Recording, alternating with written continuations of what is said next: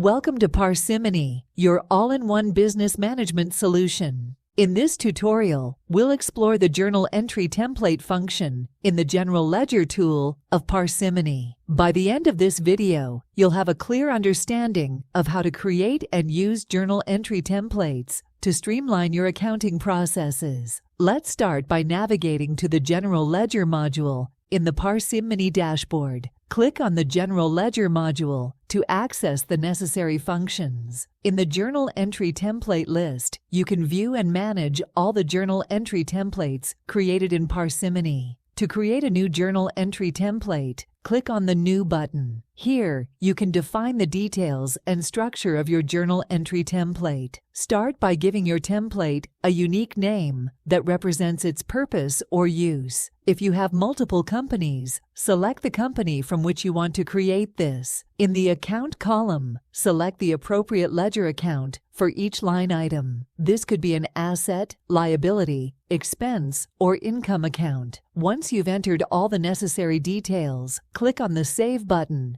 to create the journal entry template. A confirmation message will appear indicating that the journal entry template has been saved successfully. Now you can view your newly created journal entry template in the Journal Entry Template list. You can also edit or delete templates as needed. To use a journal entry template, go to the Journal Entry list and create a new journal entry. In the Journal Entry form, navigate to From Template and select the journal entry template you created. Once you're satisfied with the journal entry, click on the Save button to create the entry using the template. A confirmation message will appear indicating that the journal entry has been saved successfully. Congratulations! You've learned how to create and use journal entry templates in the General Ledger tool of Parsimony. Now you can streamline your accounting processes and save time by utilizing predefined templates. Thank you for watching this tutorial. If you have any further questions or need assistance, feel free to explore the Parsimony documentation or reach out to our support team.